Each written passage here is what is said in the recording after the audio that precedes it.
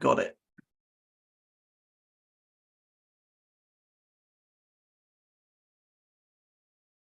Should be going. Should be live. We're live. We seem to be. Yes. Excellent. Should be going. Should be live. We're live. Can you mute us so we're not, in Yeah, stereo? I've done that now. Excellent. Shall I do the intro? Go for it. Yep. Cool.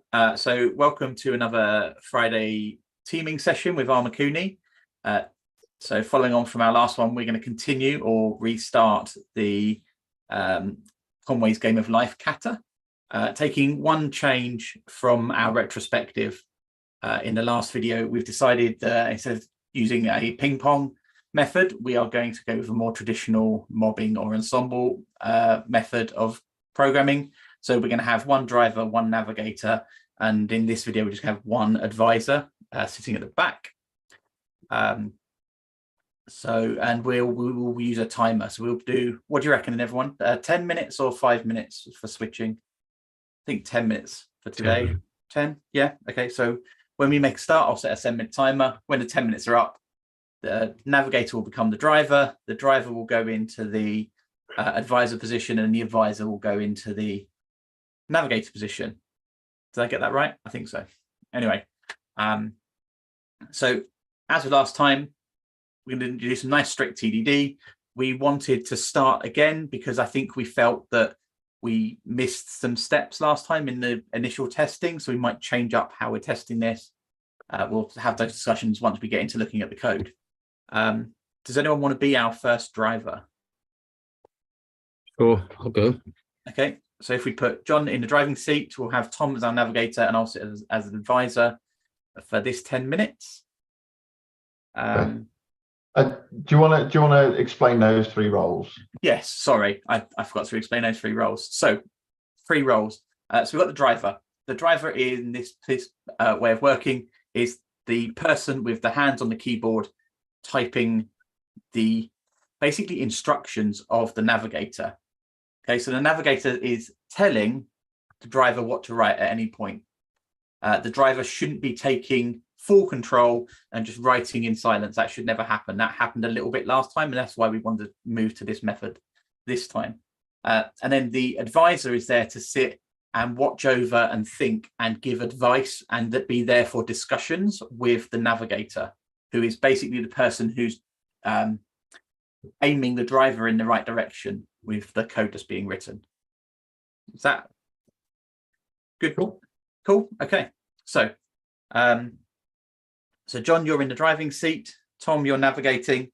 I'm sitting in the back watching, looking out for cows. Okay, let's make a start. I'll set a timer. Cool, 10 minutes are on the clock. Okay, so I'm thinking back to some of the stuff that we looked at last time, right? And we had a couple of discussions around, doing the test on focusing on one particular cell. Yes, I agree, and we should go that direction first. So I'm thinking that kind of thing. So what I'm thinking, Mark, and I'd like your thoughts on this. Yeah. Is we stick with this survival cell. Does this one pass at the moment, John? Can you run the test and see? Oh, I can run the. I'm going to have to run the test. I can run it. Run it in the terminal. There you go. What was the test command? Let me see. That's weird. So if I do that, there we go. Then everyone can run the test. So we've got that first test is passing. Yep, that's it. So I think can we make it so that the assertion is, rather than comparing the two grids, we're asserting that the middle cell, so the index of 1, 1 is 0. Yeah. Yeah.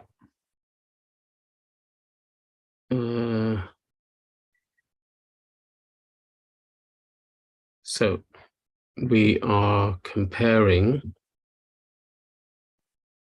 Let's do this.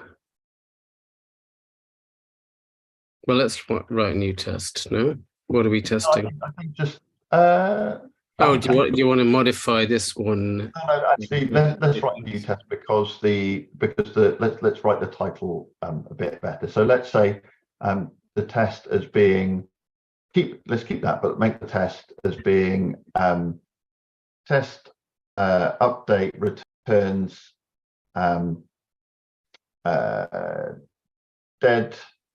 dead cell. Is that the language you're using? Dead cell. Yeah.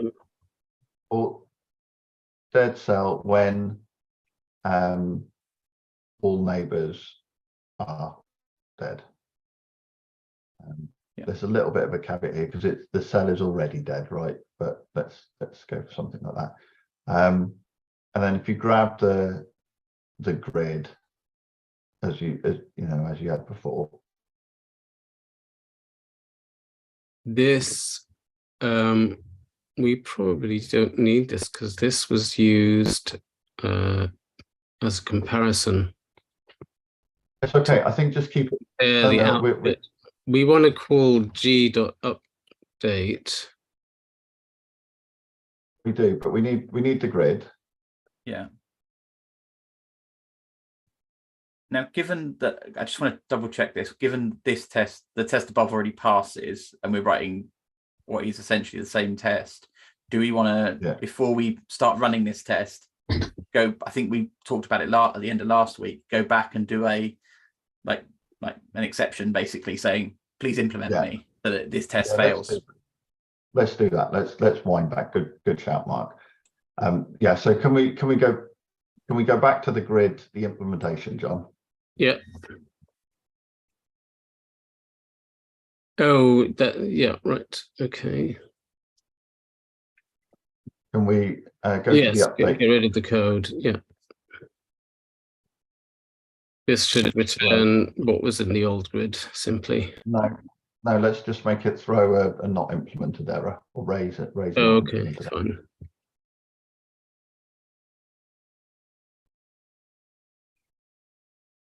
Yeah. And then go back to the test. Let's get rid of the original test. Let's start with a clean slate. Yeah.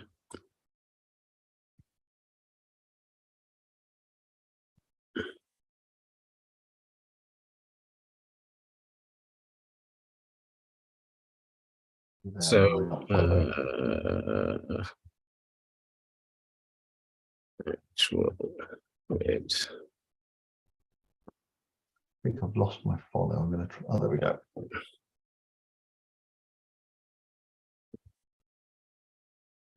Resulting grid after the update. Yeah, so we need to initialize that. We want to. Yeah.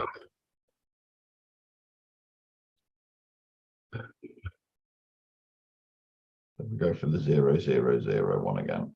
Yeah. Sorry, I should have left that.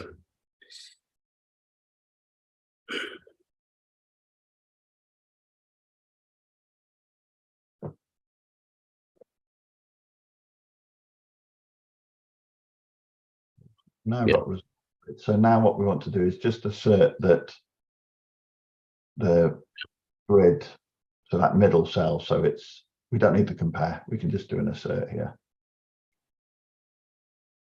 Yeah. So we do assert resulting grid dot what's inside the grid dot values or something. There is a values, yeah, but they're not public, are they? Matrix. Got matrix. I think that's public either. It's Python. Yeah, it's Python. So 1 and 1. We can talk about how we expose this later on. Yeah. Cool, yeah. Let's just make that 1 and 1. 1, 1. That's the middle cell. Yeah, equals 0.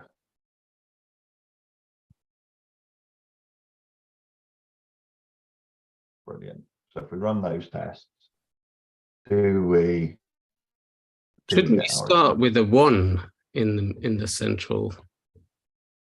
But that I I think kind of that would like be this one. yeah. I think starting with all dead and then adding it dying, I think is probably the Well, smaller step we didn't take last time. all dead would pass if the grid is empty anyway. It won't, because we've got a we've got these, right? Raises So are not implemented. Yeah, you know. there we go. Cool. Okay, so we're not doing ping pong here, right? I'm just going to make it. So somebody has to. So you just want to return. Let's just return the grid, and for fun, let's return a grid that has 1s around the edge and a 0 in the middle. So my thought process behind that is that if we were to do 0s, then I'm already thinking ahead, which may or may not be the right thing to do. But I'm thinking that if we do it with 0s, then the next one will automatically. Oh no, hang on, that's not going to work, is it? Would the easiest Okay, thing so not this to is be good. We're going to do return this on the itself? Trying to not think ahead, like I'll rein you in a bit. Would the easiest thing not to be just return self? Well, like the only problem return a new one with the same matrix as the existing one. So I'm thinking about the transform priority premise, and the transform priority premise at the highest priority has return constant. Okay. So the theory is you should choose that before choosing to return a variable. Okay. Yeah, but choosing all 1s except the middle cell seems a little It can just be all zeros. seems a bit random. Sorry, Yeah, all zeros. All zeros is fine. Let's return all zeros.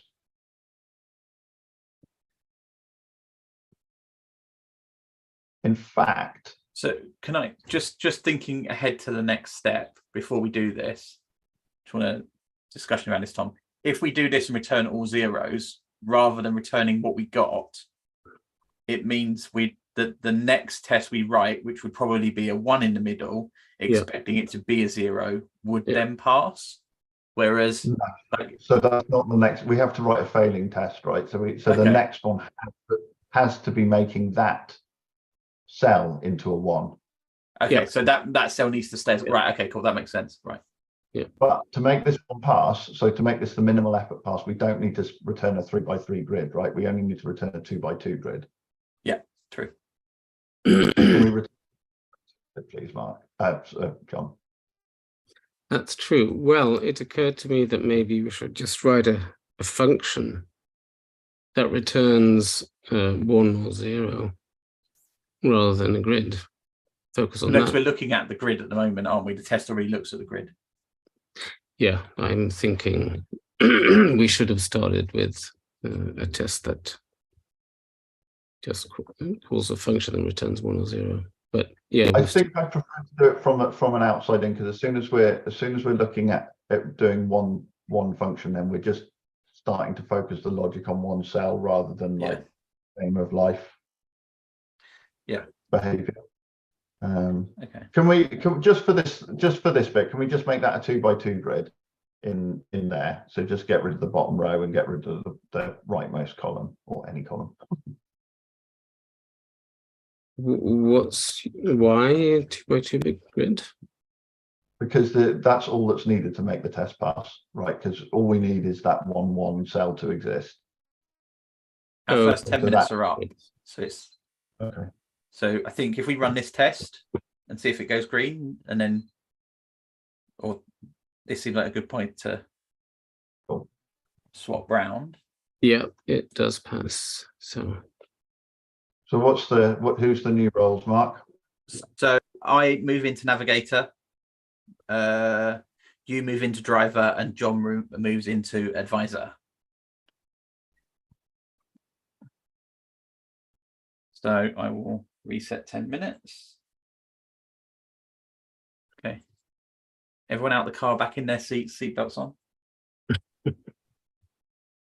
Okay, I'll start the timer. Okay, so as we just finished the discussion where we were thinking about the next test, Tom, can you start creating a new test? I am thinking test update. Return. Well, this should have been returns. Right. Yeah. So, John, so just thinking, we want a live cell in that middle cell. Should we go with something like a line of ones? Do we want it to turn on, or do we want it to be on and stay on, I suppose is the question. We're only looking at one iteration. Yes, but if you had, I see. So if, right, to start with if I had one at the top and one at the bottom in the middle, then by rights the middle one should turn on, if I'm remembering the rules correctly. Or is that too big of a step and we should have it on with neighbors so that it stays on? I think as long as the test fails. Okay. I have an opinion, but I'm not allowed to, am I? I mean, there's only three of us, so like join in the discussion, because otherwise, what's your opinion, Tom? So my opinion is that if you go for the version where you have a 0 in the middle and it turns into 1, then we're going to have to build some logic into this, right? But if we go for the version where we've got a line of ones and we just return the line of ones, then we can go for that thing that we were talking about before, where we just return the one that's come in. Okay. That was kind of my thinking. So I just kind of wanted, I think it was worth having that discussion. So John, are you on board with that? We're going to send a line of ones and expect the middle one to be on. So a line of ones, you mean? Yeah. The one row. Yeah, either all the way across, all the way down through the middle. So let's go update returns. Yeah, live cell when two neighbors are alive. Yeah. What we can actually do is we can group the tests so that we have like when this, like we'd have a group of tests for when the cells are alive and a group for when they're dead. Yeah, that sounds like a plan. So if you create a new grid with a line of live cells right down the middle.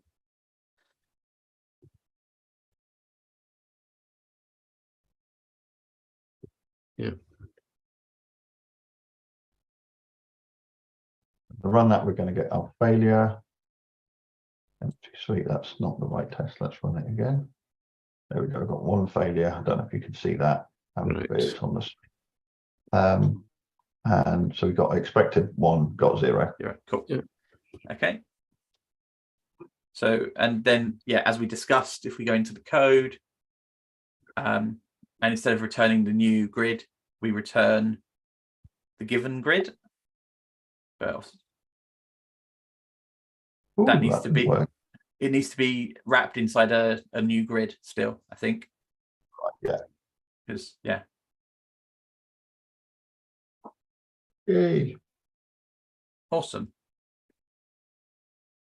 Okay. So if we have that working, I don't think there's any refactoring at the moment. It's quite sparse for code. So let's move on to the next test. So let's start now looking at a living cell dying. So I think that's probably the next best thing. So update returns dead cell when one neighbor is alive. Yeah. Yeah.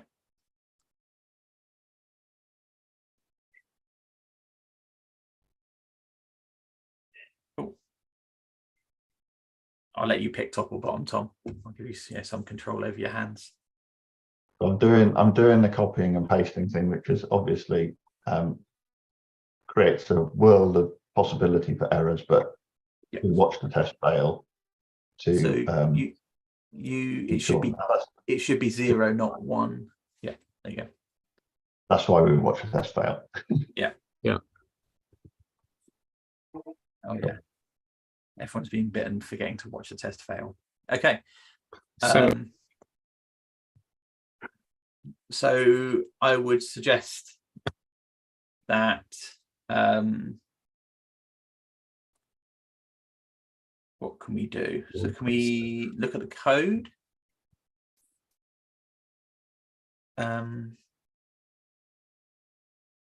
So can we check?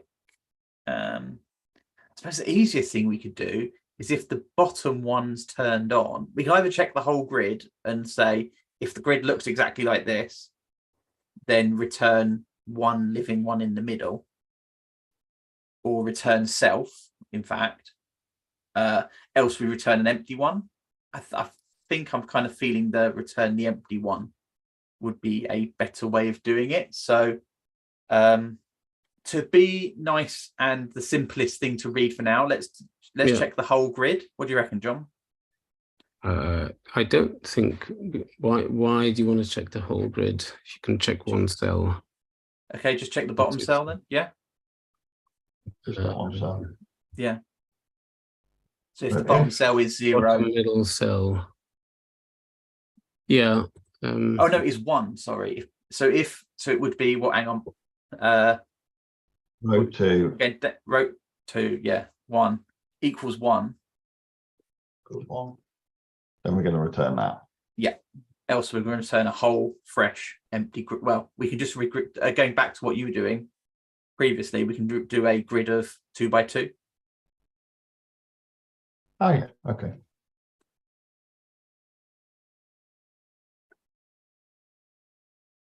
Like I can just do that, right? Like so. We're missing. That, yeah, you're missing some brackets. Gives you it makes the return type look inconsistent. Okay. Okay. I'm happy with that because it makes it it's forcing us to think of more tests. Yes. Cool. Okay, so new test. Do we want to do something like bottom neighbor next? So I think that's kind of where we force ourselves. Not sure what you mean. You can do one neighbor alive again, but yeah, with the bottom cell being alive and the top one being dead. Yeah, so basically forcing ourselves to look up and down of ourselves. Yeah. South, yeah. We would use let's use compass points. Let's make this one when north. So when south neighbor is alive,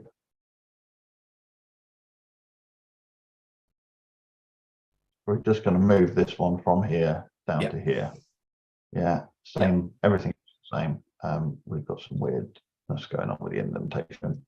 So test must fail. Cool. Yeah, I think this should fail. Yep. Yeah, it's failed.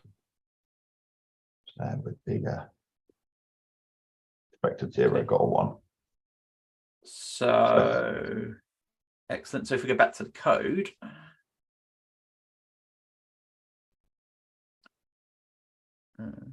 Oh, you're looking at the code. It's not okay. Sorry, that's right. No, I stopped following you for some reason. I don't know why. If so, we could now do if it would be 0, 1 is 1, or 2, 1 is 1.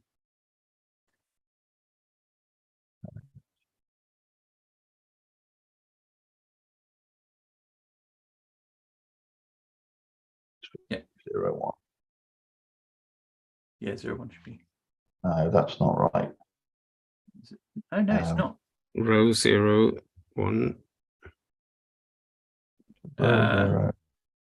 Back that out for a minute. Let's go back to our thing. So yeah.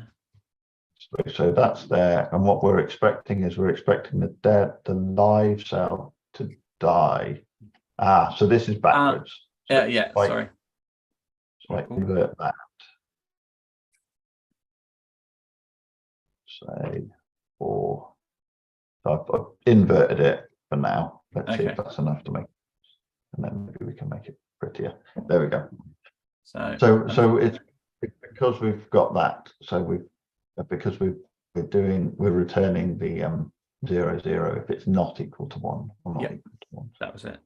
Sorry. It's not the prettiest, but I don't know if it's worth a refactor yet. Our timer is up again, so we are changing roles again. So that moves. So Tom, driver, into advisor, John into navigator, and me into driver mode. So I will force you all to follow me. Okay. So I shall stay where we are. Okay. Mark, I would like to refactor, actually. Okay, bear with me a second. Let me start the time before I forget. I want to get too much time on it. Okay. Okay. So you want to do some refactoring? Okay. Yeah. Well, I can see they're both checking for the same condition. Can we? Is there any way to refactor it? Or is it not worth it at this point because we're not testing enough cells? Over to Tom. No, let's leave it. Let's go for the next test. Okay. For another cell that in the same, should say, grouping of tests, the same rule. Okay. So taking a similar test from before, yeah? Yeah. Okay.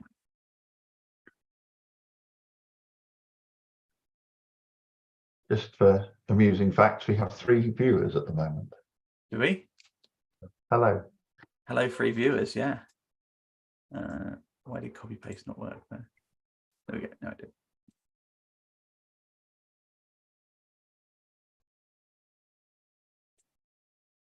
Okay, so what do you want the grid to look like? Or what do you want to name the test? Let's have the east cell alive. East cell, okay. So I should rename the test East. East, Not the south one. I'm assuming not the south one. Yeah, I'll undo that and thank you for spotting that. not the south one. Yeah. Like that. Okay. Put that up. So I think that should fail. Can I can't run from there? Need to go up here.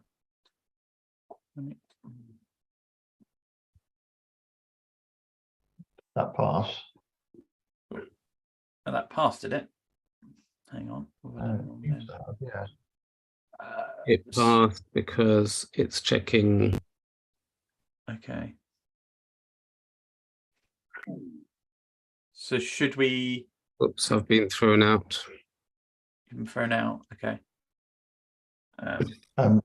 It's probably passing because it's because we're checking the 0 state of the other 2. Yeah. Okay. So I think we've got 2 choices here, John. My thoughts is we could either try and find another test that we can make fail, or we could take this test out for a minute, go back to the refactor phase, and tweak the codes, because I think it's those knots, right, that are kind of the weird thing. But either way, I'm happy with. So up to you.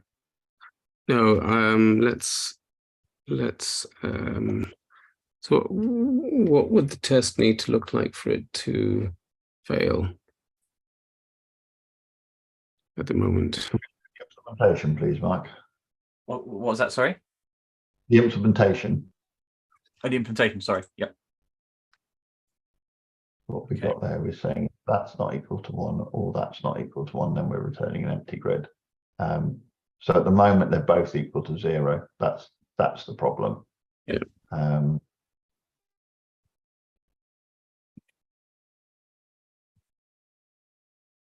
Sorry, my editor is not loading.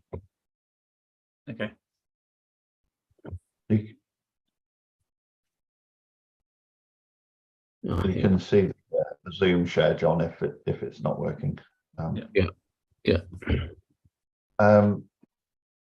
So what we could theoretically, or one thing that we need to do if we want, given that we're explicitly checking that those two aren't one, we could either flip it around and make those that make it so that those are checking the 0 and inverting that if, or we look at a different case where these are both set to 1.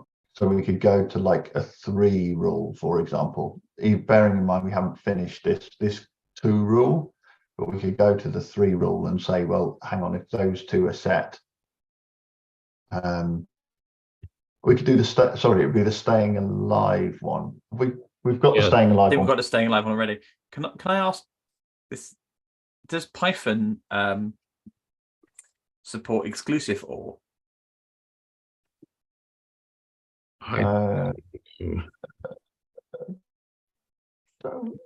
think you'd have to write it out longhand. Oh, really? Okay. So you probably have to say that but I think, I don't think so. It was just if it did, it was just a really quick kind of refactor that would solve it. But I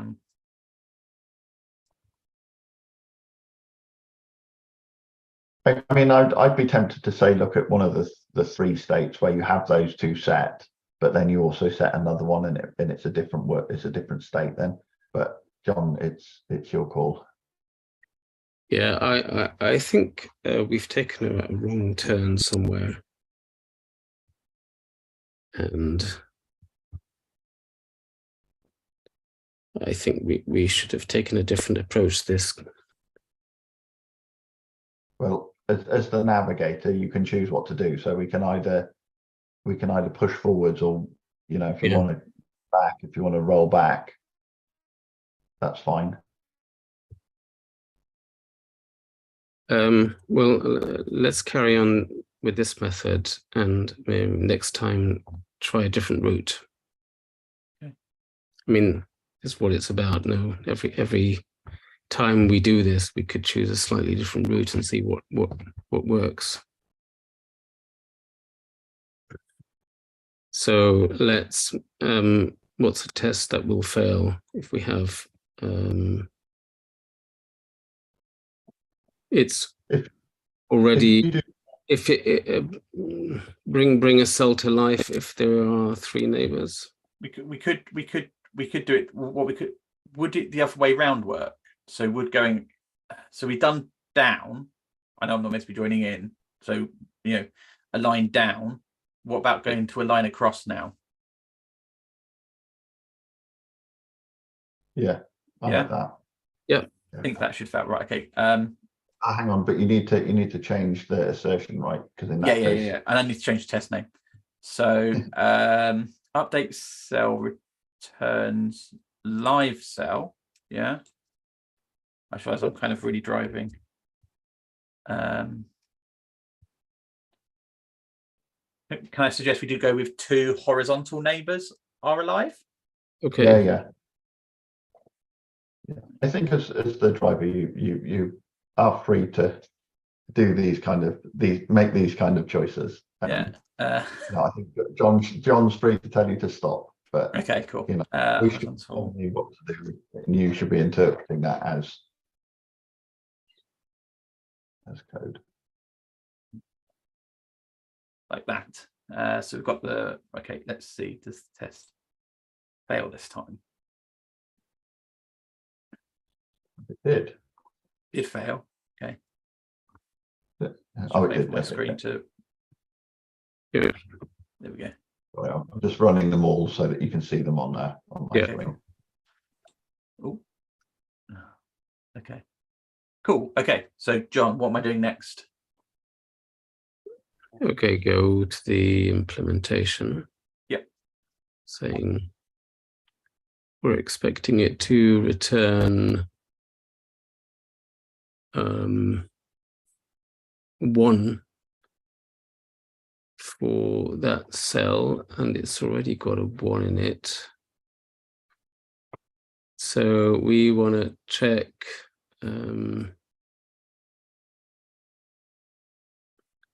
so we if to add to all these OR conditions, if matrix what is it? 1 row 1 0 1 0. 1 0. Yeah. Okay. So for cell. Hang on. See, I think this is going to be a tough condition to write, if I'm honest. I'll let you go with it.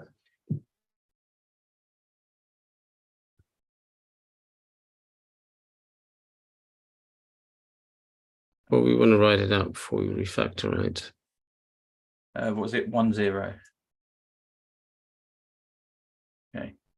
Wow, 1 0 or matrix 1 2. This isn't going to work, I'm afraid, because Okay. we're basically saying if any of the 4 cells around it is 0, Yeah, turn 0, and that's true for every test I think we've written so far. yeah. So do we need to do something a little clever? Just so you're aware, the timers run out. So this is the first time the timers kind of run out mid-implementation. And I would suggest, given where we are, we do a swap now rather than kind of holding. I think this is quite a good place to change up everything. Right. Okay, so Well, I'll leave it at that highlighted. I'm going to stop there. So hang on. So I move to where are we? I'm driver. I move to advisor. Who's navigating at the moment? Gone again. No, Gone me. It must be. Oh, yeah. Okay, I've lost track. I'm definitely navigating. So I'm driving. Drivers. Yeah. So John's driving and Tom is navigating. Okay. So So following John. Do you want to change them all to test for 1s and then return 1? If that's no, I think I want to. I'm navigating, right? Yeah. Yep. You're navigating. I think I want to. I just want to write a separate if condition, because the problem is we've got we're caring about these 2 cells or these 2 cells, so we're going to have to say if this and this is true, or like this and this. So I think I prefer to just get rid of that, and above that line do another if condition, and we can even just do it on one of those 2 things, right? So we can say if if self.matrix 1 0 is 1,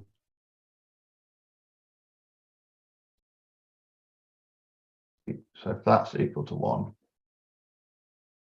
then we'll return a grid, and it can be a grid, a 2 by 2 grid.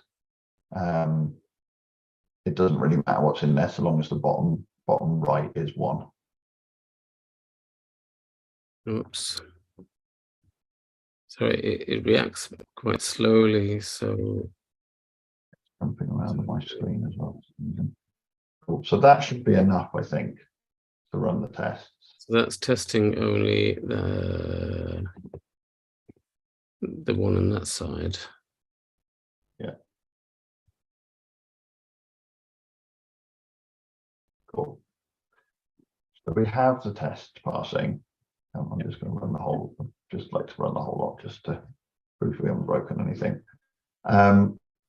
So we have the test passing, and I think the problem with this is we've made the simplest change. So the reason I said do a separate if is because like trying to think through the ands and the ors is too much for me. But now it's a mess, right? So what should we should look at trying to express this a bit better, I think. But what should we do, Mark?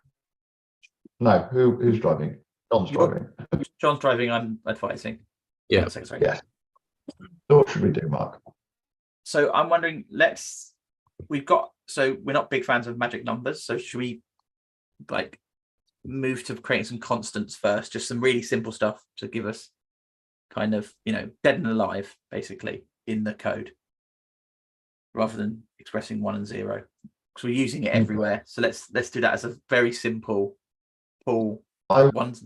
Go on. I like the idea. I'm not sure it's going to help.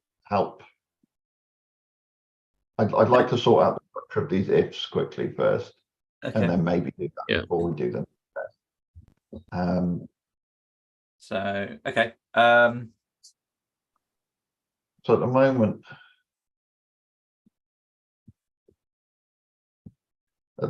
we've got this situation where all of this stuff is really about counting these neighbors. But I'll tell you what, I'm gonna be a bit of a pain. Can we do one more test quickly? Yeah, of course we can. Can we do so we've made that matrix check 1 0. So can we set that to 0, John? So if we go back to this one to 0. Yes, that one to 0, and now what should happen is that should hang on, that's not the new test. Yeah, new test. That is it's not a new test. No, it's the existing test. So yeah. We need a new test. Okay, so what's the new test called? So the new test is the one with jumping around. So here we just want the east neighbor. So returns dead cell when east neighbor is alive. Okay. It'll probably be only east, but let's go east for a minute. Cool. And then so then that becomes the left one becomes a 0 and the assert becomes a 0.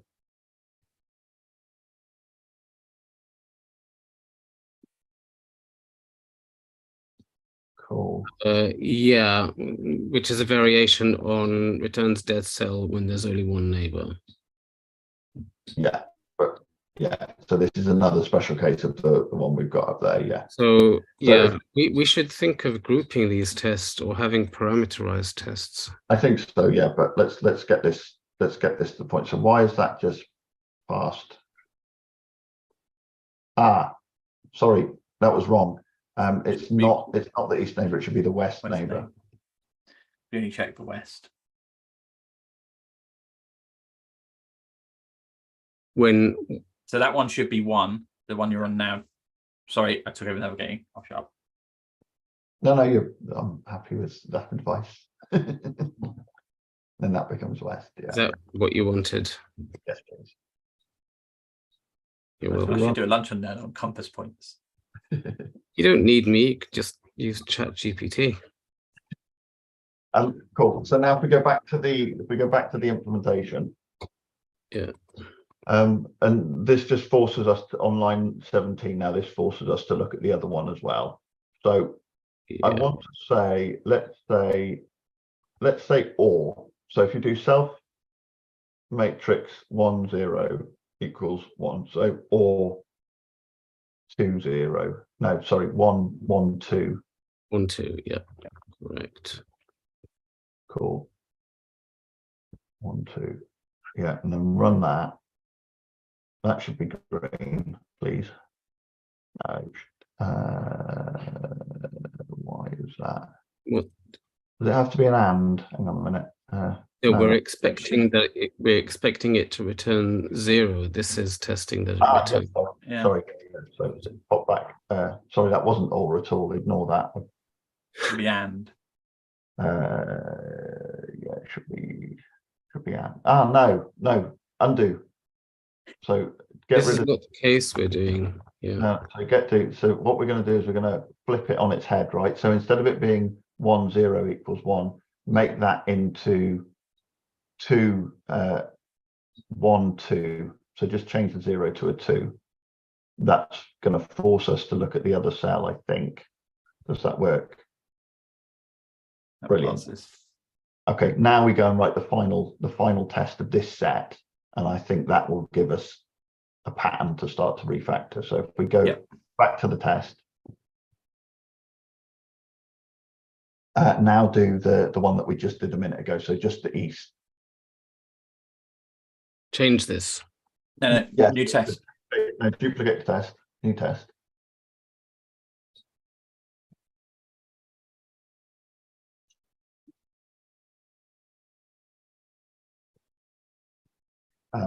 So that's just east. Yeah. Brilliant. So if we run that, that should fail. No. Yeah. You want to say east neighbor is alive, west neighbor is dead. Brilliant. So now that forces us to go back to, if we go back to the other one, and that or now becomes an and. Sorry, that now becomes an and. So at the top of there we say and. And the other one is also. Only in that case we want to return 1, 0. Yeah. Super. Cool. Can I suggest a refactor at this point, Tom? Let's see the test pass first, because we can make a very quick simplification. Can we run that? Can I run that? Run it. I did. Cool. Yeah. Cool. So we got everything green. Mark, what are you thinking? So I was thinking the next step is we've got the same logic written in 2 different ways now.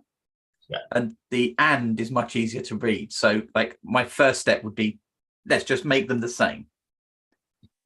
Because, you know, if you copy the first if and basically replace the coordinates with the coordinates from the or if, that should still pass. I think so. Obviously, you then have to do the one in the middle again, but it will still pass. Yeah. Oh, hang on. No, because this is return. This is It will. If you. We need to then. So Yeah. Well, hang on. Isn't this the opposite of this? Yeah, I'm just trying to make it the same. Because it's getting a bit. It's like let's make it the same. So this is just the else case at the moment. Yeah. But yeah, it will be. It will become the else. So if we do another if, where so if we do you agree with just copying the top if? Yeah. So if you duplicate the top if, John, so just copy it and paste it directly underneath. Yeah. Yeah. Yeah. So at that point, the test should still be passing, right? Because it's just the same if. So now on that second one, instead of it being 1, 2, it becomes 0, 1. 0, 1, and then the one to the right becomes 2, 1. 2, 1. Now, if you run the test again, that should still pass. I think so. Yeah. There we go. And then you can get rid of that. No, you want to basically make that the else, I think. Yeah, that's the else. So get rid of it. Just keep that line, but get rid of the if above it. So get rid of line 25 only. Yeah. Cool. And then unindent the return grid. So we've actually reverted back to constants. Yeah. So without the return matrix. Yeah, but let's run that and make sure that passes. Yeah. I'm not entirely sure, but I'm hoping it is. But that's what I like about this stuff, right? You don't need to think it through to the nth degree. You can just run it and. Can we? Yes, I think check will test pass. Cool. Right. So whilst we were in the middle of that, the timer ran out. So I think that refactor seems like a good point to move over. So that moves. So where were we? So John, you're into advisor. Tom, you're into driver, and I'm into navigator. Yep. I'm just my advice actually at this point, I think the number of tests are becoming unwieldy. They're very similar and hard to keep track of. So I think you're right. We've but kind I of think driven ourselves into a dead end. Well, not a dead end, but unnecessarily complex way of doing things. So I think we can move to the test. I think I do agree that moving the test into a different format would be good, but I want to clean up the code. So I think what can we do? Do you want to do your dead alive thing that I? Yeah, let's do the dead alive thing because that just makes it a little bit easier to read. Let's make the code kind of read as we're talking. What I'm going to do is I'm going dead and live instead of dead and alive, so that the character length is the same, and then we can maintain our grid formatting. Yeah, nice. Live is 1, by the way. Oh shit! Yeah. Oh. That's dead or dead and live. I put it at the top level here because then we can also use it in the test. Yeah, that'd be nice.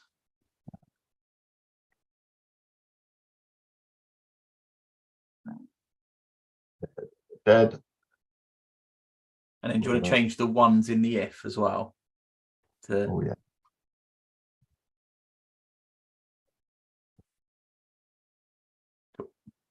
Nice. Okay. Do you want me to do all the tests now as well?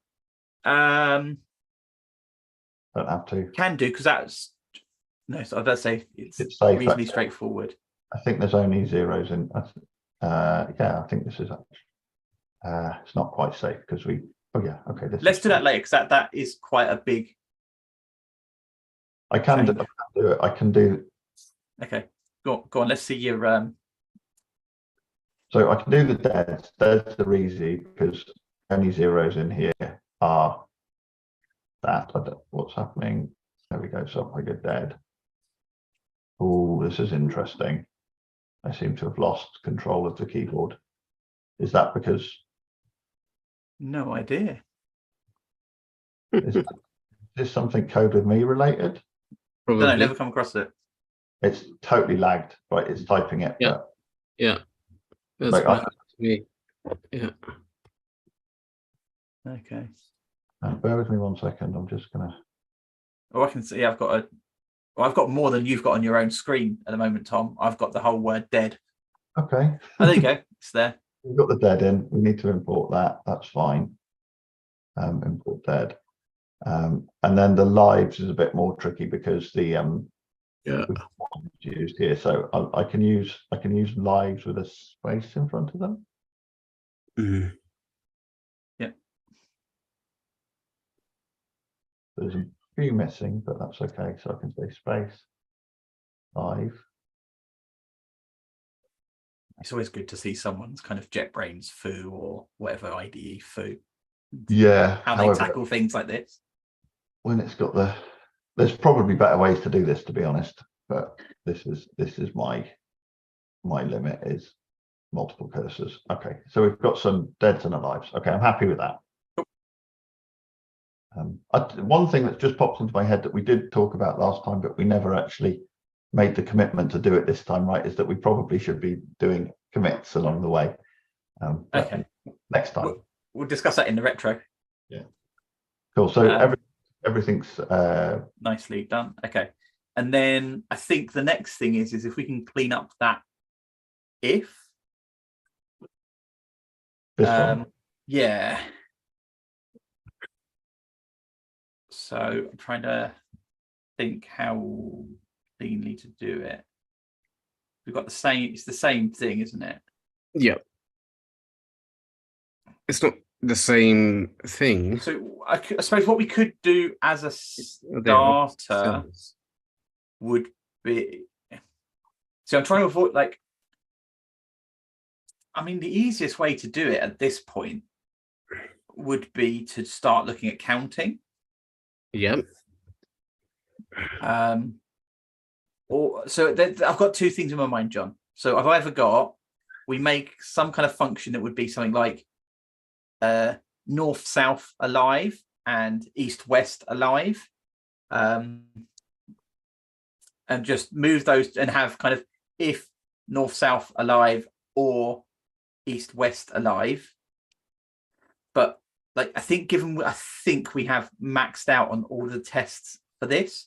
I think my suggestion is we start looking at a count. Yeah. So what's the easiest way to do this? So there's some interesting things that are going on in my head. Yep. One is the fact that we're doing this way and this way. You know, we haven't thought about the diagonals. No. We also haven't done things, but what we haven't done is we haven't done like an east and south or something. Okay. So I think then that kind of pushes me towards the if north and south alive or east and west alive. That wraps that up, and then we go to doing kind of little L's and R's around the things of right angles, basically. So yeah, let's do that as a. The trouble is that I think we're abstracting with the wrong kind of language, because there are a lot of combinations, east and west, north and south, and the diagonals. But all we're interested to know is that two neighbors are alive. Yeah, Yes, but at the moment we're only looking at two very specific neighbor sets. Sorry? At the moment we're only looking at two very specific neighbor sets. Yeah, so we've only done north and south. I mean, we'll talk about this in the retro. I think that this way of thinking about it is leading us to more complexity than is necessary. I think at the moment it is, but I think the complexity will. I think it will we'll get beyond. Like sometimes it gets a little bit more complex, and then it gets easier suddenly. Like eventual consistency. Yeah. So, well, I mean, the statement is, you know, that Rob Martin says that as the tests get more specific, the code should get more generic. Yeah. That's the thing. Yes. In theory, yeah. And I think at the moment we're at a part-way point of that specific test, aren't we? Yeah. We only have half of the specificity of the problem we're looking at, being two neighbors, top and bottom, left and right. So I think we're going to go. Yeah, let's just refactor now to north and south alive and east and west alive.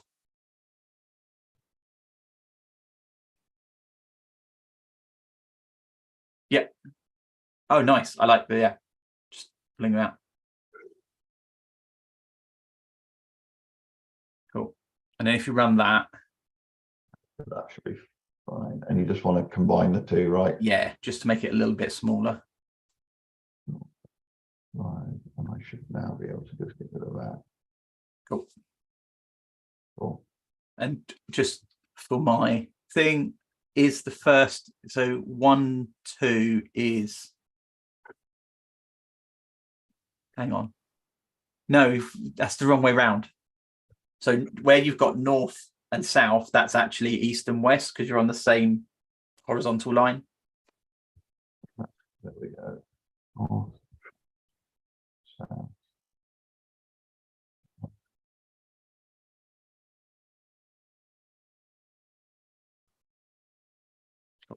What? You got a typo in north. Okay, does that pass? Nice. Okay, so I think that's. I think I'm going to stop there for now. I think this is where we come into kind of going back to add a new test. Let's do something like north and east.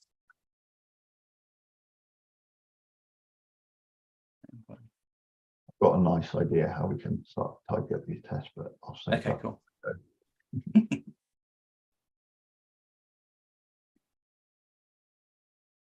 So what we're going to do, returns. We're going live. Yeah.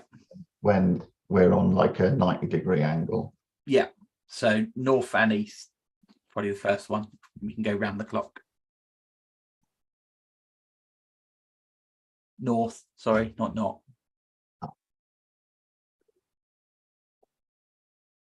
This was something, I don't know if you saw the conversation I had with Andrew the other day, but we had a thing where like he found a test where it said something was greater than something, but the actual assertion was that it was less than. And you can just grab the whole test with the description in it, the name of the test, and paste it into ChatGPT and say, does the description describe the test? And it will tell you if it does. So I'm well up for that being an IDE plugin at some point. Let's give ourselves a few weeks of doing this without an AI, and then maybe we can throw an AI into some advising. It's just one of those things. The names of the tests are the things that I always make mistakes in because the names of the tests are not like testable code. Yeah. Anyway, sorry, I got distracted. So this is live. So this also needs to be live. Yeah. Now we should have a failing test. There's our failing test. So how do you want to do this? I suppose easiest way is to make for now would be to just make a north and east alive. Okay, let's start with that as an easy one. But yeah, it's going to get messy, and I don't like it, but it's definitely like it's brute force, but it works. Yeah. Maybe it'll help us simplify afterwards. Yeah, I think this is going the right way. I think that's right. Or north and east alive. Brilliant. Awesome. Okay. Let's make it so now so going back to that comment about as the tests get more specific, the code gets more generic. At the moment, the tests are getting more specific and the code is getting more specific. Yeah. So now it's up for us to start fixing that. Right. So to make the code more generic, what do you think, John? You either want to put this into a function, and sorry, either you want to start counting because we're going to be iterating over those cells, right? Yeah.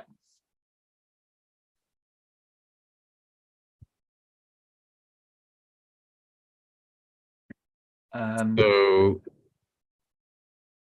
that means we have to change the paradigm that we're testing according to. It's not going to be if northeast and southeast are alive, or so if two neighbors are alive. Yeah. So I suppose what we want to discuss at this point is, do we really quickly want to make sure we've covered all 90 degrees like Tom's shaking his head. Yeah, I'm thinking that we can, because at the moment I think sorry, I'm not an advisor, but no, that's fine. But because this is getting more specific at the moment, I think it's worth making it generic. So I would think it's worth counting them, but only the ones that we've looked at so far. So we don't count all 8 neighbors. We just count the 4 neighbors that we've given. Yeah. Okay, let's do that. Okay.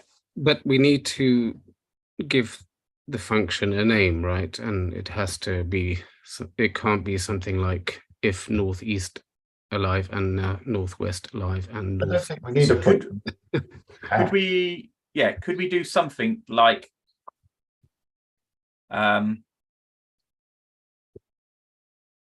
the last time we used tuples, could we do the same again and create tuples called north, south, east, and west, and then create like an array of those? Yeah. Okay. So north is 0, 1. South is 2, 1. Yeah. 1, 2. Hang on. Yeah. West is 1, 1. 1, 0. 1, 0. Yeah. Cool. And that's why we use constants. That's all we need at the moment, right? Yeah. So if we make an array of north, south, east, and west neighbors. Yeah, nice. Don't know why I've done those uppercase, but that's fine. I mean, they're going to be constant, so like it. Yeah. And then what I can do with that is I can get neighbor states by iterating through that. Equals what would we do? We do self dot matrix row column. Let's spell it properly. For row comma column in neighbors. I think that works. Okay. So at the moment we've just put some definitions there, so everything's still passing. So now we've got that. Now I can just, do you want me to just filter this and count them? Yeah.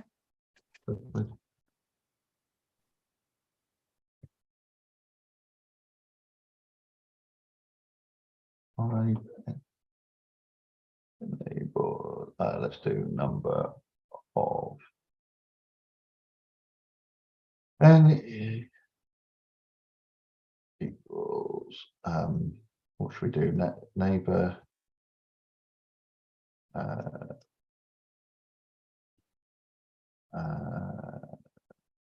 state in neighbor state if state equals 5 at 5, and I just want the length of that, right?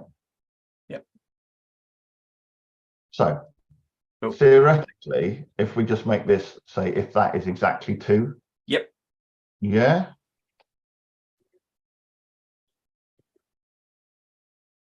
Cool. Right. So neighbors are not. I'm going to take these up here just because. Yeah. Why not? Why not? Yeah. Neighbors are not. Cool.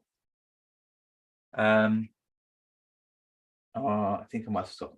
I forgot to start the timer. Let's say we've got 4 minutes left. I definitely think your suggestion of using a mobbing timer next time would make life a lot easier. Okay, so that's the refactor. So should we, John, anything else? I think this is probably as tight as we can get it at this point. Yeah. Okay. So let's go back and add another test. Should we start looking at the diagonals now? I think that's the next logical step. Yeah, I've got a question for you. Okay. Just from a theoretical point of view, right? So at the moment we've used the vertical and the horizontal. Yeah. And so that gave us some test. Then we did a little L shape, which then forced us to bring those two things together, right? Yeah. But what we haven't tested every single combination of those things. No. Right. So but we've written enough tests, like we couldn't write, because we've made it more general now, we've written enough tests to say that actually we couldn't write another failing test. So if we did like east and south or west and south, whatever, all of those will pass now. But we don't have tests for that. Now, I find that when you're working on a bigger problem, say something where we're not like here, we've got a finite number of neighbors, right? We've got 8, but on a bigger problem, you know, where like, you know, it's an integer or something, you don't want an example for every single integer input. It's ridiculous. But in this case, where you've got like a finite number of neighbors, do you think the test should exist for all of those, even though they kind of not be part of the TDD cycle now, right? Like you couldn't write another existing test. So would you like, let's say we parameterize this test. I mean, another option is like a property-based test. But I was going to say property-based testing because you want to test, you know, properties of a grid. There's some properties of a grid we haven't tested. Things like the grid size that goes in is the same as the one that comes out. But I don't know. I'm just curious. Like in this case, where we've got 8 neighbors, and we want to do the test where any 2 neighbors keep it alive. Would you want to cover all combinations of that 8? Would you want to touch every one of those 8? Or would you say that actually what we've done here, because the TDD has driven us this far and it's a few examples, isn't Yeah, this brings me to what I was going to talk about, you know, in the retro, actually. I mean, I think that's where my discussion was going with. Do we do what we've just done now, or do we quickly add the last few tests and keep it generic and then move to the... No, sorry, keep it specific for what would be 3 more tests then do the generic implementation at that point as a refactor. So, and I think for this one, I would have probably added those last 3 tests. I think if I was doing this on my own, I'd have added those last 3 tests and gone to the generic and then moved on to the diagonal. I think would have been my approach. I'm not. I want to, I want to reply to Tom's point. So I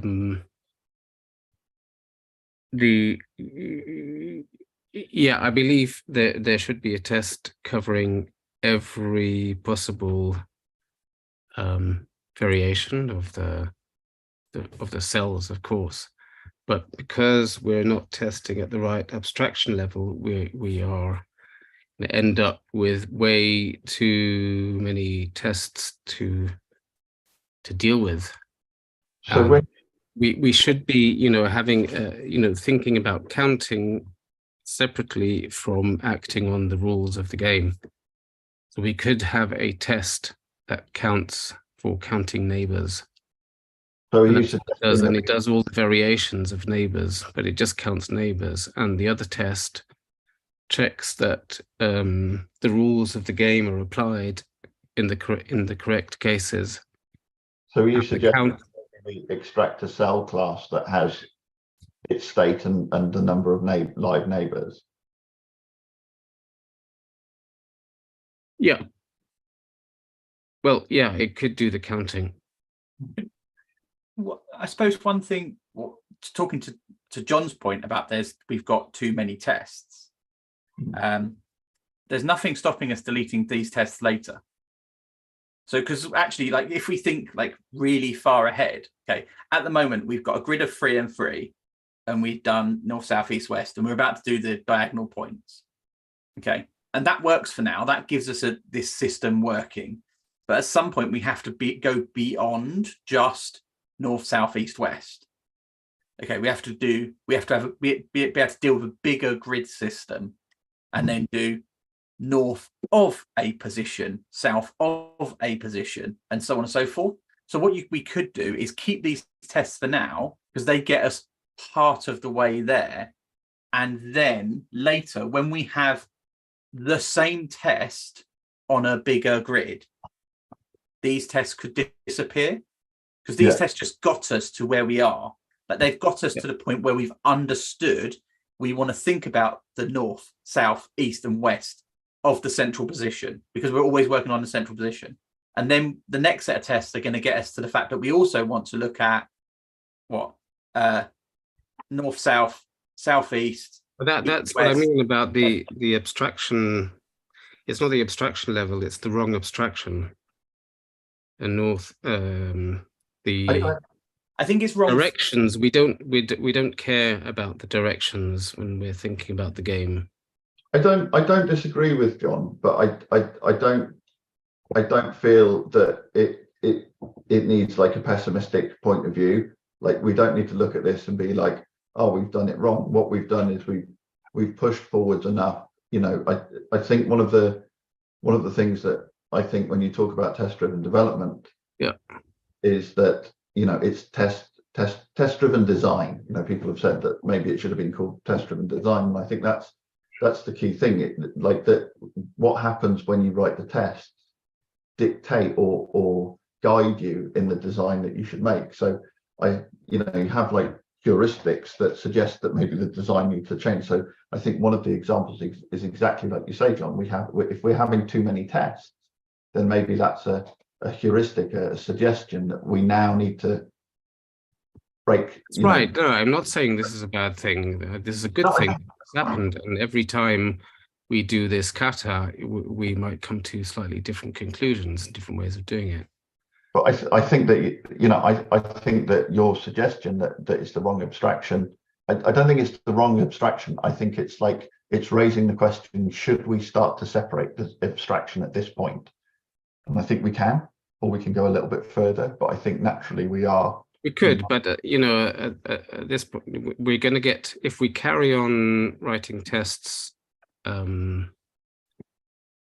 according to this abstraction of directions, we're going to have too many, because there are too many permutations.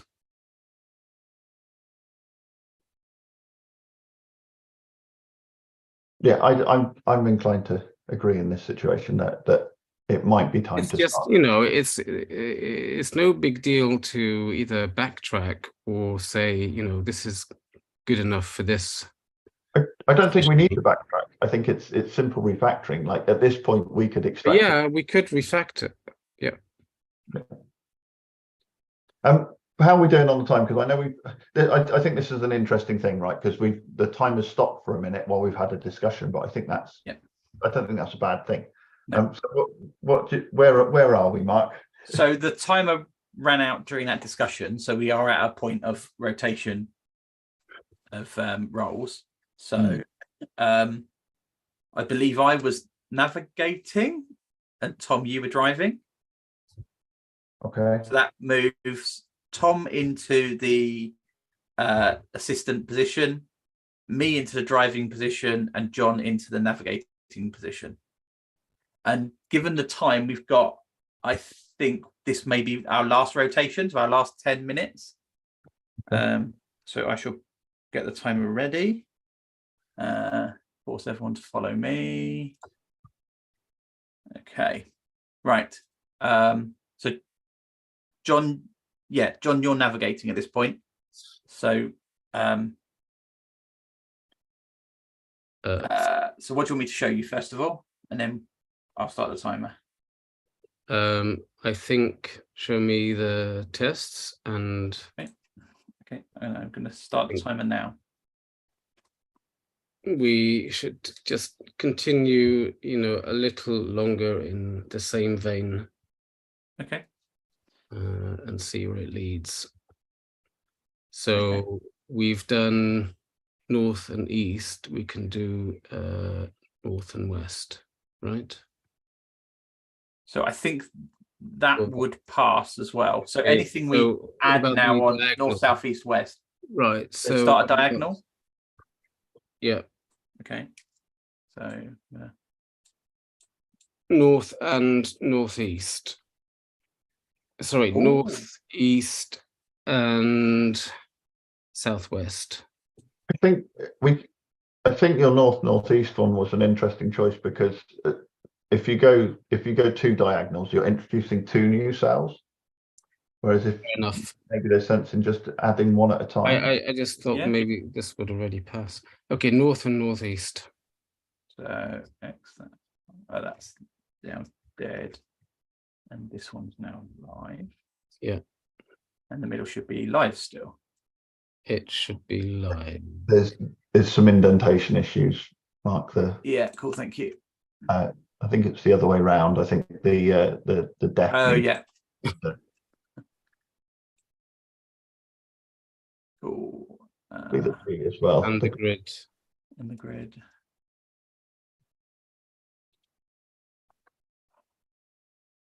No. Oh, it doesn't. Yeah. I think you get some limited controls with the code with me. Yeah, I don't think I have the multi-select that I wanted to use. Run tests. Okay. On failing. Okay. Is it failing how we expect? I hope so.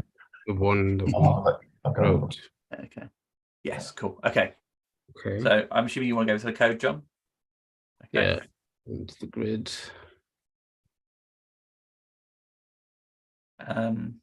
So we want to count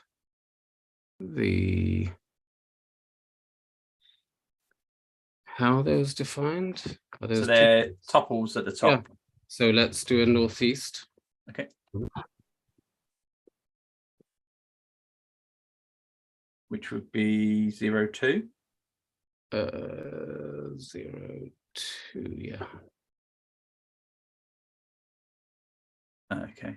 I'm just going to be really annoying. Sorry. There we go. Mm-hmm. So Add north list of neighbors. northeast. Okay, so I think that should be everything. I didn't let me run from. Okay. Oh, they're running. Thank you, Tom. I'm assuming I think when you run them, I don't think they update on the share. I'm not sure. Okay, cool. Yeah, it passes, doesn't it? Okay.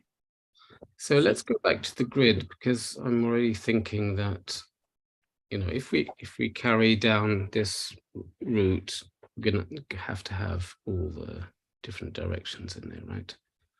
So we could just. So what are you thinking? Just what, doing north, southeast next, or are you thinking of do like?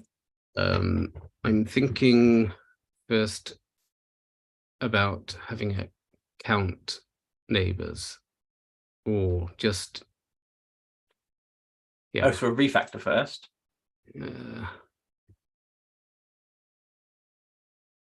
Yeah. Function called count live neighbors. So just basically we could take all of that into a. Hang on, let's see if I can refactor. I can do it if you want. No, it's all right. It allows me to do it. Okay. Apparently, no, it doesn't. Okay, not yet implemented in JetBrains client. So yes, please, Tom. So, what should I call it? There's a pop-up on my screen that isn't being shared. Count live neighbors. I guess given that this is a private method, we should probably put an underscore in front of it. Yeah. Right. Cool. Do you want to inline the variable as well, or do you still want that there? Which variable? Number of. Oh, I see. Right. Leave it. Okay. Just pass. Yeah, I think so.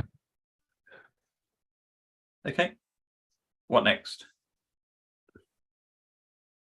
Okay, so you know, in my opinion, it's important to test all the different possibilities for live neighbors.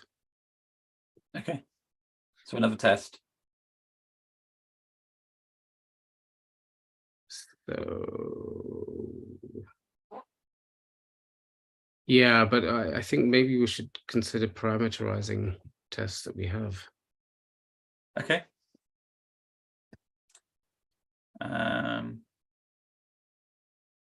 How do we parameterize in?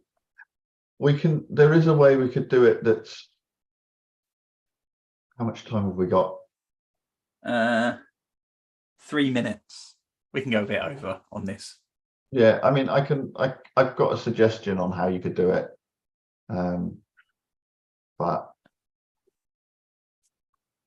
I'm just not sure if it's the best way, because you could parameterize it. So you basically pass in a list of live neighbors. So you pass in a list of like north, south, northeast. And then you need to, you know, in the grid, you'll need to like check each of those ones and set them. In fact, we've already got yeah, we could do that quite easily, actually. Could you just, yeah. Do you want me to talk you through it? Yeah, go on.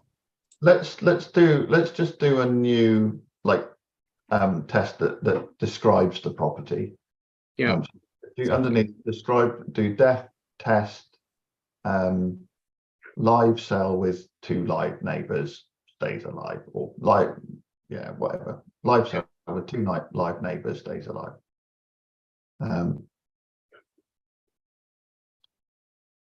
And then so what you want, one parameter in there called live neighbors. It's going to be a list of locations, live neighbors. Yep. And then let's just write this longhand for the minute. So in the code, create a grid and it can be a grid that's all the surrounding ones are dead, but the middle one's live. We're going to mutate it. I know this is horrible, but let's just start somewhere. Yep, you can always make it better. So, let's just do the array. So get rid of the grid. Let's get rid of the grid bit and just have the array for a second. Yeah, extract that out.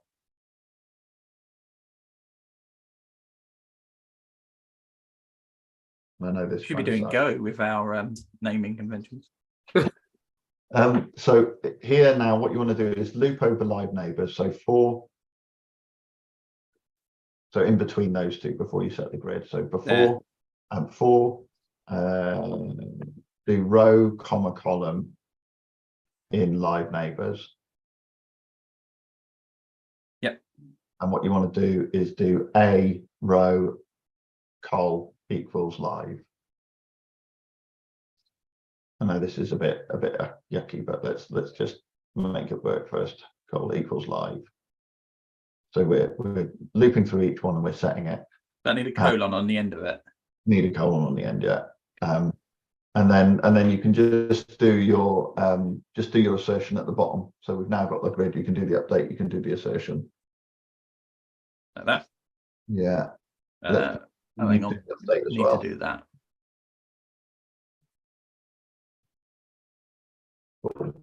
So that's that. So now what we need to do is parameterize it. So up above. Are we not using PyTest? Are we?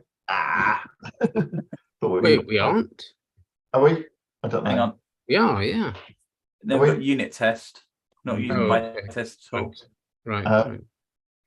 Oh dear. Okay. Well, in which case, I don't know how you parameterize unit test. So let's go up the top where it says live neighbors. Just delete that for a minute. So delete the parameter. Yeah. Indent the whole lot and put it in a loop.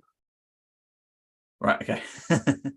But so do for. And then indent all of that. Yeah. So just say for live neighbors. Hang on. So do I need to create live? Yeah, no, just say for live neighbors. So for live neighbors. Yeah. Test cases. I don't know, test cases or something like that. Yeah. And then above that, just define test cases, and it's an array of arrays. So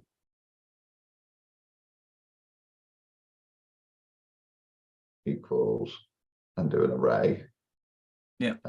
And then you just like to create arrays in there. So like north, south, and northeast, using those constants from the grid. Oh, so I need to do that, don't I? Yeah, exactly. So that you got like north, south, and then you might have like northeast and northwest. So is there an easy way to import everything? I just do like import star. You can. I don't know if you can actually. Yeah, I think you can. Can you do? You might be able to do import star. It's not the done thing, but does that work? Yeah, it does. I was just trying to speed up for now. We can go and do it a bit better. Yeah, sure. That gives me now north. That's it. South. Yeah. I think just run the test with that and just make sure it's passing. Obviously, we're not going to get a test for every case, so we might want to like look at using. Oh no! Can you run a test? Sorry. Sure. I just turned off. I'll run that. Run tests. Expand. Okay, so that's still green.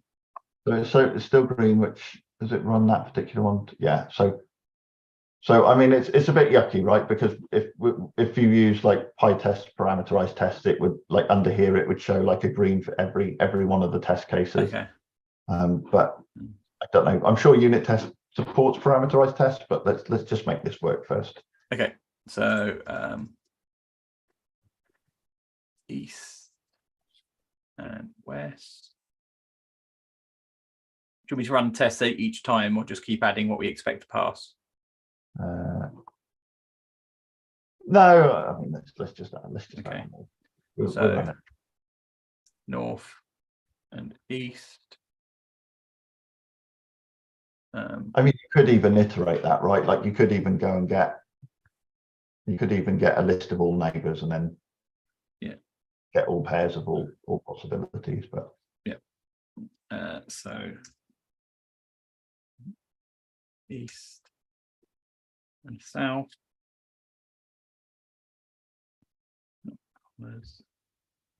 Okay.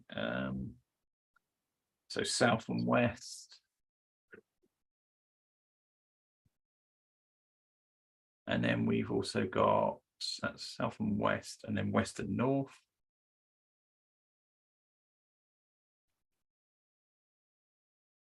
North, and then the next one would be north and northeast.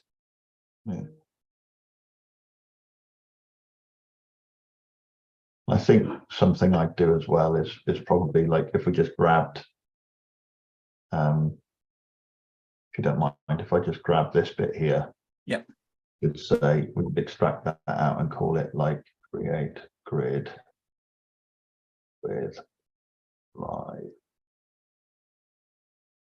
create. You do something like that, right? Nice.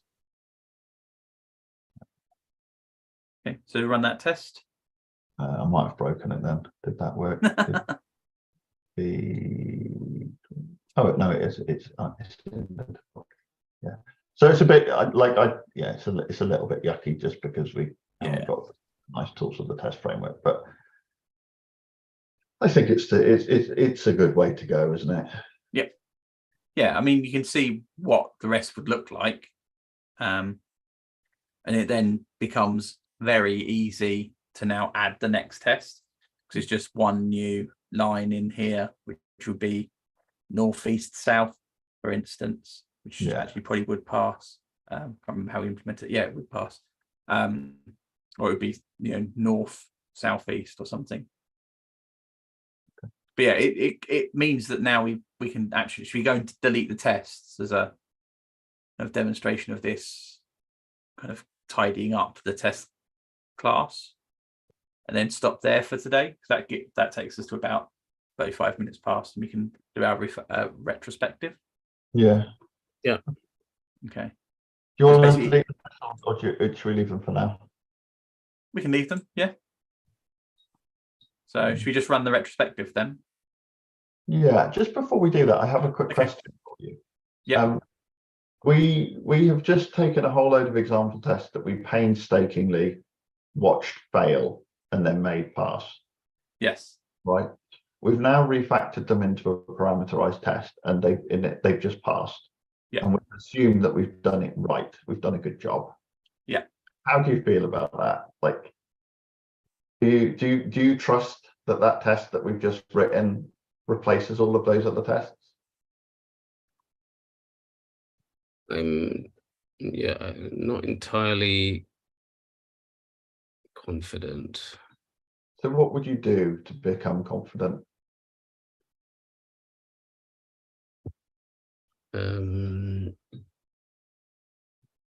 Would you have got here earlier? Like, it's like that is an option, isn't it? If you'd have got here sooner, you'd be more comfortable with this test. I think to comment out or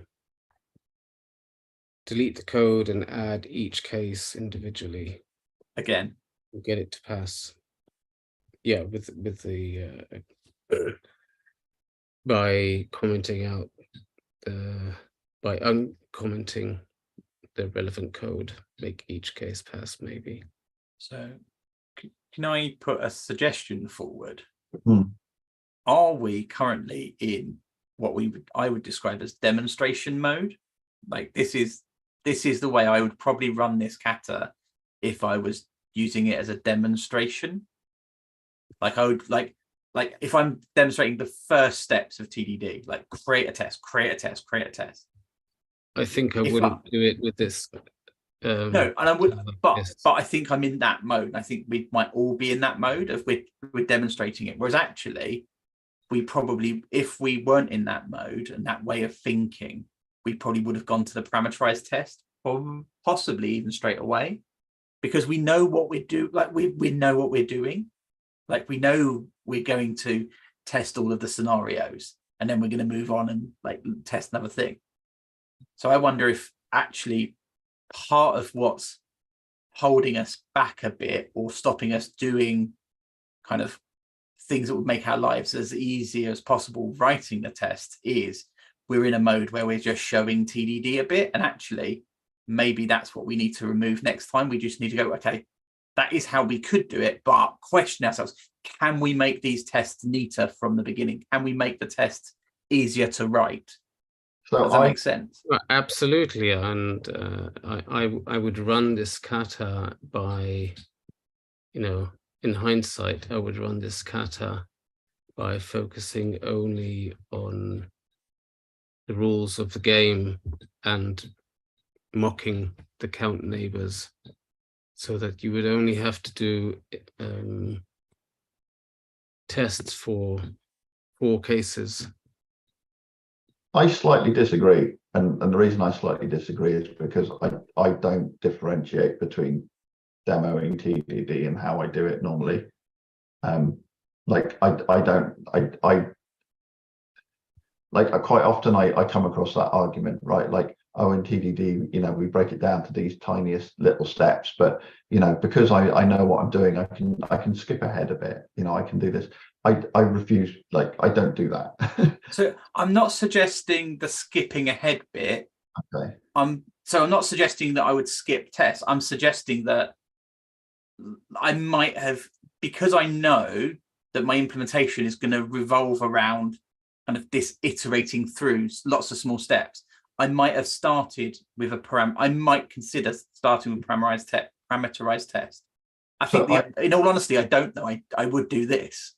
I'm not sure, but I don't think I would have done this as well. But I would. The only thing is, I wouldn't have started with that parameterized test. I probably would have added the parameterized test at the point that we were adding maybe the third one. Yeah. Third set of 2. Maybe the second one, but the third set of 2, I probably would have added that parameterized test. But I don't think that, for me, isn't the fact that we're in demo mode. I think that's the fact that we didn't choose to do that earlier on. And I think it's less about it being demo mode. I think it's more about us not being rigorous enough with the refactoring part.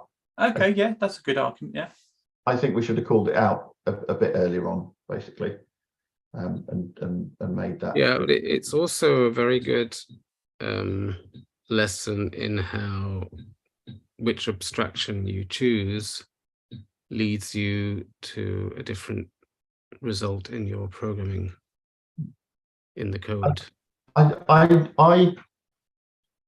I don't think that we've done the wrong thing here, John. I'm not saying we did the wrong thing. I'm just saying it shows how choosing different abstractions, like directions, northeast, southwest. Oh, okay. Yeah. As opposed to count neighbors can lead to different results. But I don't think so. That to me isn't like I think that what we've done here, I like the fact that we're doing the outside in, and if we turn to, if we start with the counting neighbors, we're going inside out, which has place. But I think you reach situations. That's right, but I would argue that the final outside in test doesn't need to cover all these permutations. Only the count function.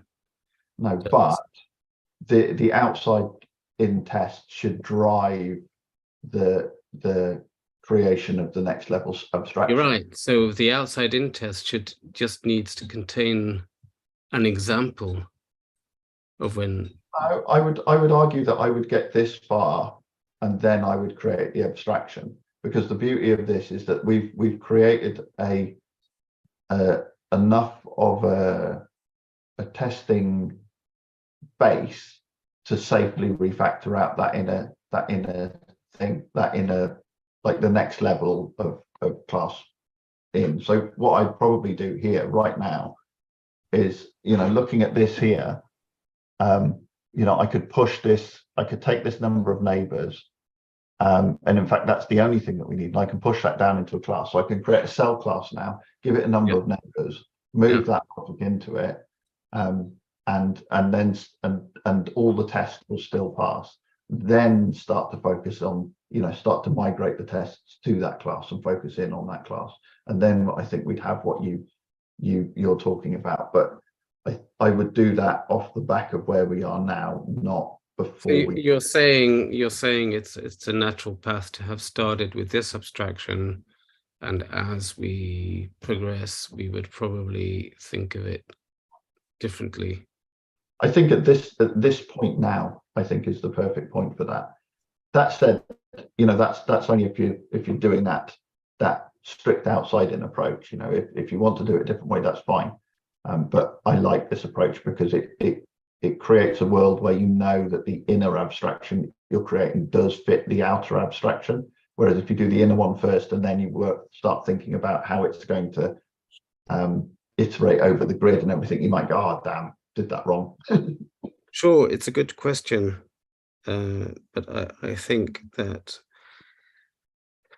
possibly if you're doing TDD with people for the first time and you end up doing this, they'll go, hang on, this process doesn't really work for me. Yeah, but I think also I think there's two questions there. I think whether or not we're doing TDD for the first time and treating it as a TDD training exercise, you do have to introduce things and build up the process bit by bit.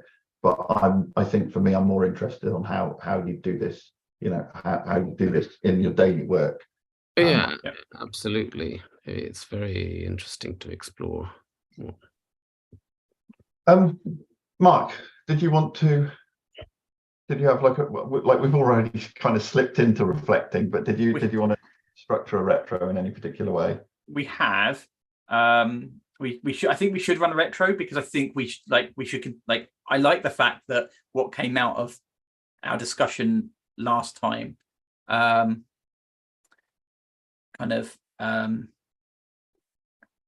forgot. Drove the one change to this one. So I say we do it again. I hadn't thought of a retro format, so I want to do something really simple, like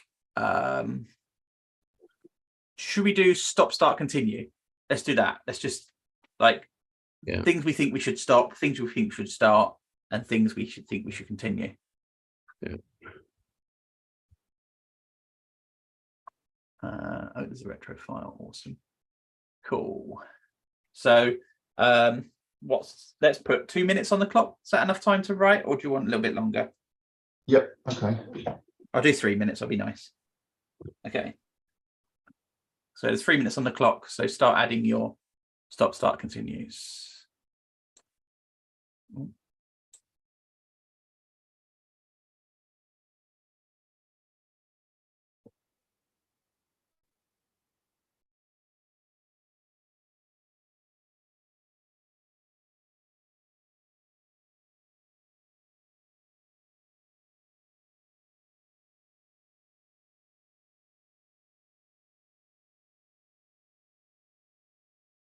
Ah.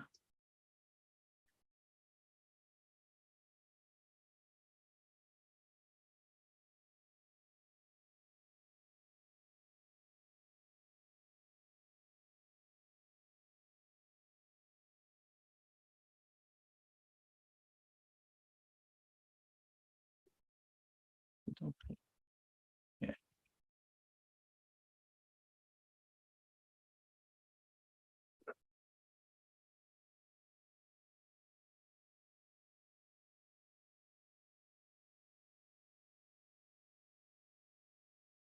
Okay.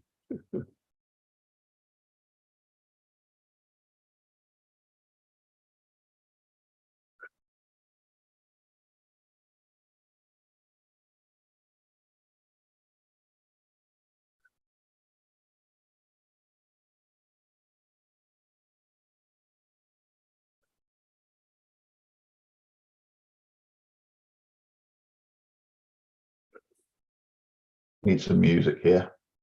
We do. I haven't got anything that's not copyrighted. Tom, you must have some of your own music you could play at this point. Or just sing something. Not that would. Nobody wants that. I mean, the 3 viewers must have left ages ago, and if they're still here and we started singing, they'd definitely leave. We've gone up and down. We've got 2. Unless Have it's we? you 2 haven't got the stream running, have you? No, I haven't. No. But next time I will do that. I'll have it on my phone and my laptop so that we've got like, I don't know, have up to like 10 viewers. Yeah. I mean, I don't know who But might next time be. I will do that. I'll have it on my phone and my laptop so that we've Oh. got like, oh, there you go. You've got it. So one of them's you, Tom. Yeah, well, I just accidentally I opened the tab and it carried on. But no, I think we can also interact with people, like so people could write in the chat. Yeah. But we'll get there. We're getting there. Anyway, let's not scare them off. Let's go through our retro. Okay, so let's start. Let's start with the continues. So who put continue using code with me? I put that, and I see that somebody's put it in the stop as well. And I think the reason I've said put that is I think that there are other variables that we should change before we start changing that one. Okay. There are a few little issues with it. I don't know if you saw it, but sometimes when I was following people, and obviously I'm sharing, but when I was following it, it was like skipping around, which was a bit rubbish. But I'm putting a vote for keep using code with me for the near future, so we can experiment with changing some other things first. Okay. Okay. I wasn't the person that put stop. So I would also vote for that as quite a big change at this point. So I would kind of agree with you, Tom. At least for another one more. And as we're a good democracy, I think let's leave that at that then. Okay. Continue using driver navigator advisor with a +1 already. That was mine. I really enjoyed this. I think it fostered more discussion than the ping pong did. And I definitely I think last time, Tom, you brought yourself up on it. You said, oh, I kind of went a bit far kind of on my own, not talking. That didn't happen at all this time. It was really nice. I actually, like the fact that you get told to be a bit quieter in this. Yeah. And it does really force you to explain the problem, right? Like it's not just like I can do it, I'll just do it and you watch it. And I think that's one of the real benefits here, and one of the things that's one of the toughest things to get used to when doing probably mobbing and TDDing is allowing yourself the space to actually consider things at an appropriate level. I think sometimes, when you're on your own, you work at the pace that you work, but sometimes when you kind of like come to a mob or whatever the first time, you get a little bit like, are we moving fast enough? Is someone going to pick us up on taking too long? Because like everyone's involved and we're using everyone's time. But actually, the real benefits come from those discussions. They come from considering things more deeply and considering things as a group. And this format, I think, it forces that to happen. It doesn't make it so that you can, I just can't get carried away as the driver. Like the navigator has to navigate, and the advisors, can't dominate, but also they can't tune out because they're going to be the driver soon. Yeah, it was quite nice. I felt like whatever position I was in, I was really concentrating on what was going on, but at different levels, it was nice. Cool. John, have you got any thoughts on that one? I thought it was okay.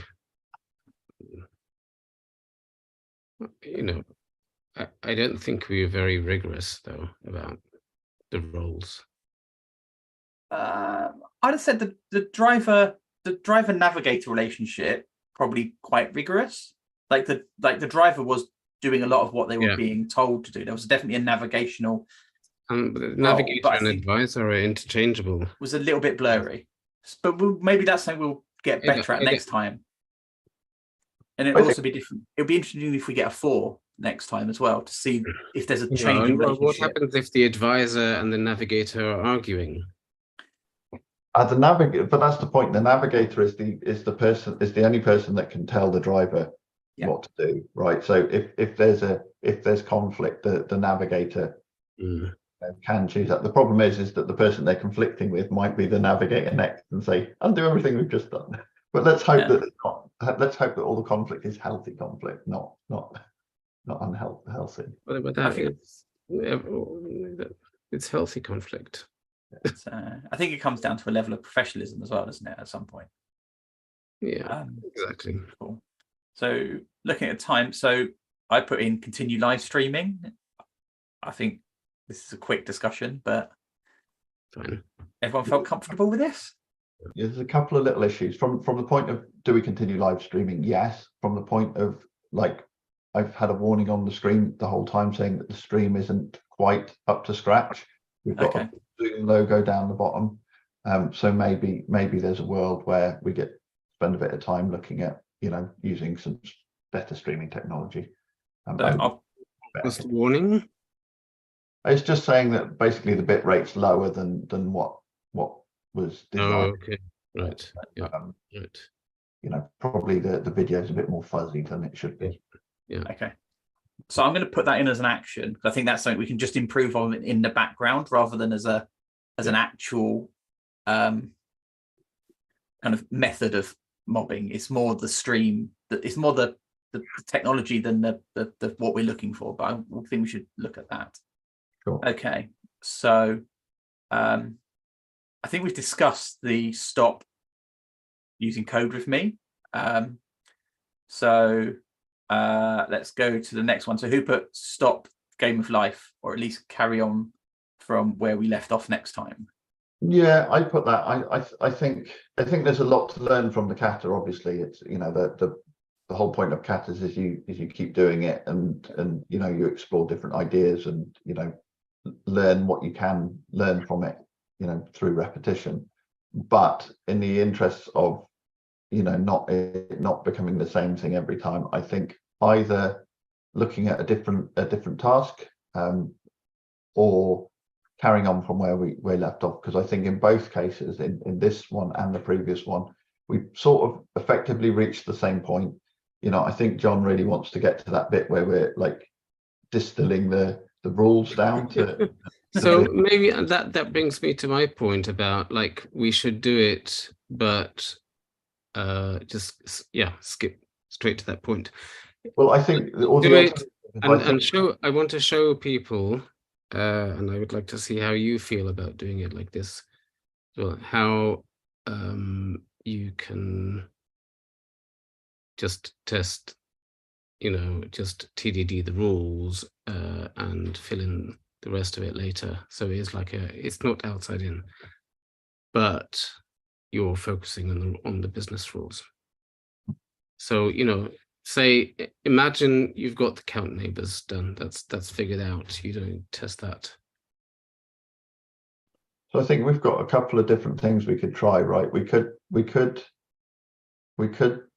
next time carry on from where we are, with the first step being we start to separate the cell logic from the game logic.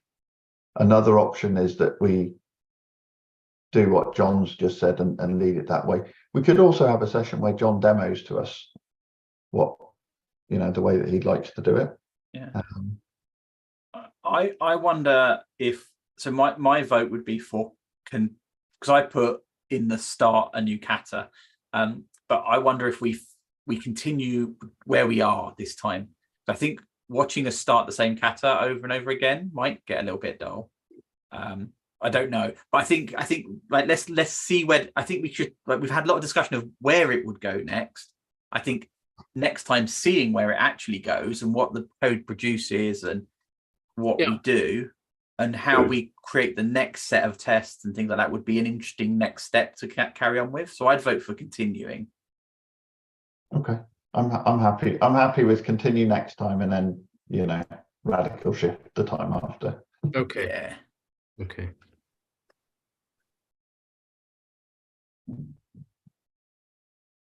I mean, we left the viewers on a cliffhanger, right? Yeah, we did. Yes, they must. They're going to be definitely back next Friday. Okay, so I added start committing. This was from Tom's suggestion. Did the cell die? Stay alive. Find out next week on mobbing with AK. Someone asked me why I was using ensemble rather than mobbing the other day, and my response was, it's less pitchforky.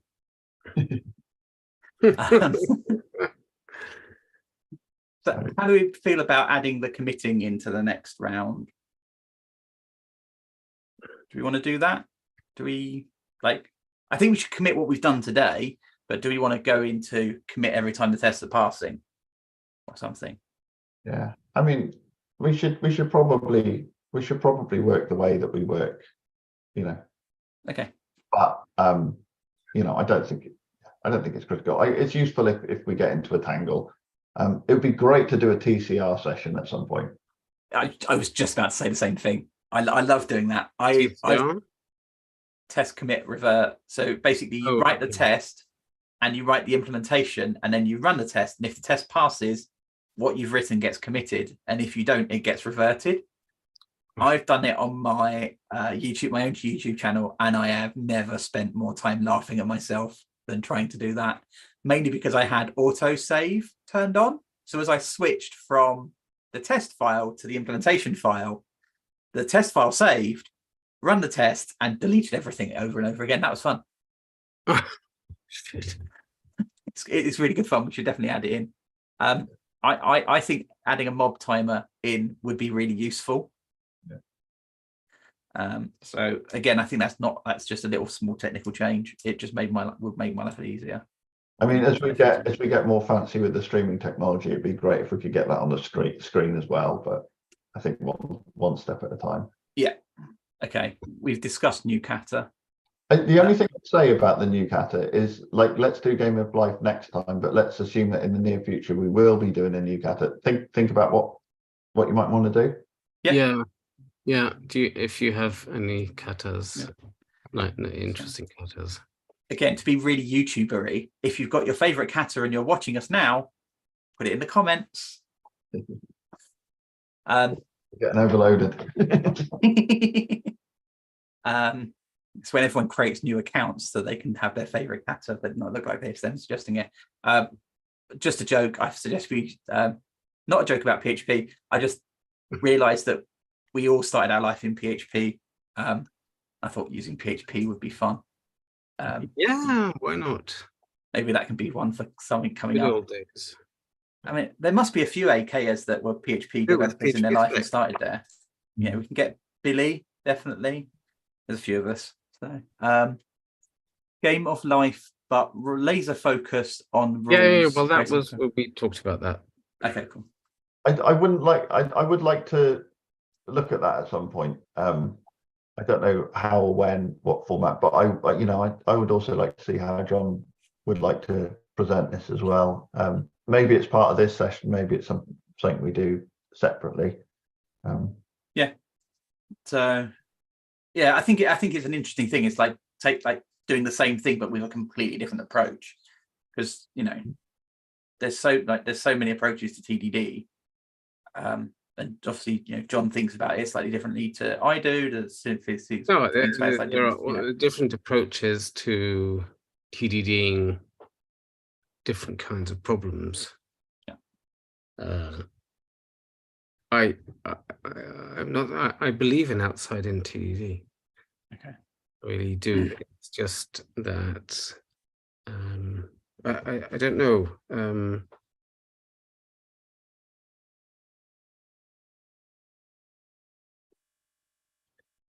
I think it's interesting to show people how you can TDD different aspects of an application if you have just only specific business rules that you want to focus on. You can TDD those separately from the rest of it. Yeah. I mean, one thing we could do in the future is find an actual little mini project to do rather than doing a kata. And it might not even be the Friday. We could just pick up on a different day. Maybe. No, you mean a more realistic thing within an API? Actually create something that does something businessy. we'd have to come up with something, but we could do that. Attend. There's I'm the aware- requirement. Something that does something. Do something that's businessy. Yeah. As a businessy person, I want my application to do something businessy, so make it do businessy things. What was I say? So we've hit 12 o'clock. Is that so? Last time you made that kind of subtle change to our working of going away from ping pong to what we did today. Is there any suggestions? We've got adding the mob timer, just make life a little bit easier. That's kind of, and continuing where we stopped from. Yeah. From either you or John, Tom, is there anything burning that you'd want to kind of add to the next one or just slightly tweak? No, I think the next one is a continuation of this one for me. Mob timer is a good idea, definitely behind that. Yeah. Awesome.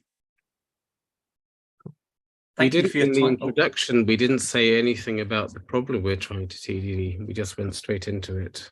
We did. I suppose we're covering the same problem, so I went more into the method. But yes, I think we should be better at reintroducing the problem. So yeah, John, do you want to take over the introduction? I think Tom, you did it last time. Maybe John do it next time if you're around. Cool. Okay. Anyway, Cool. Let's catch up with that offline. Offline, yeah, cool. Thank you both. So, cheers. Have another lovely morning. I will see you all again soon. Bye. Bye.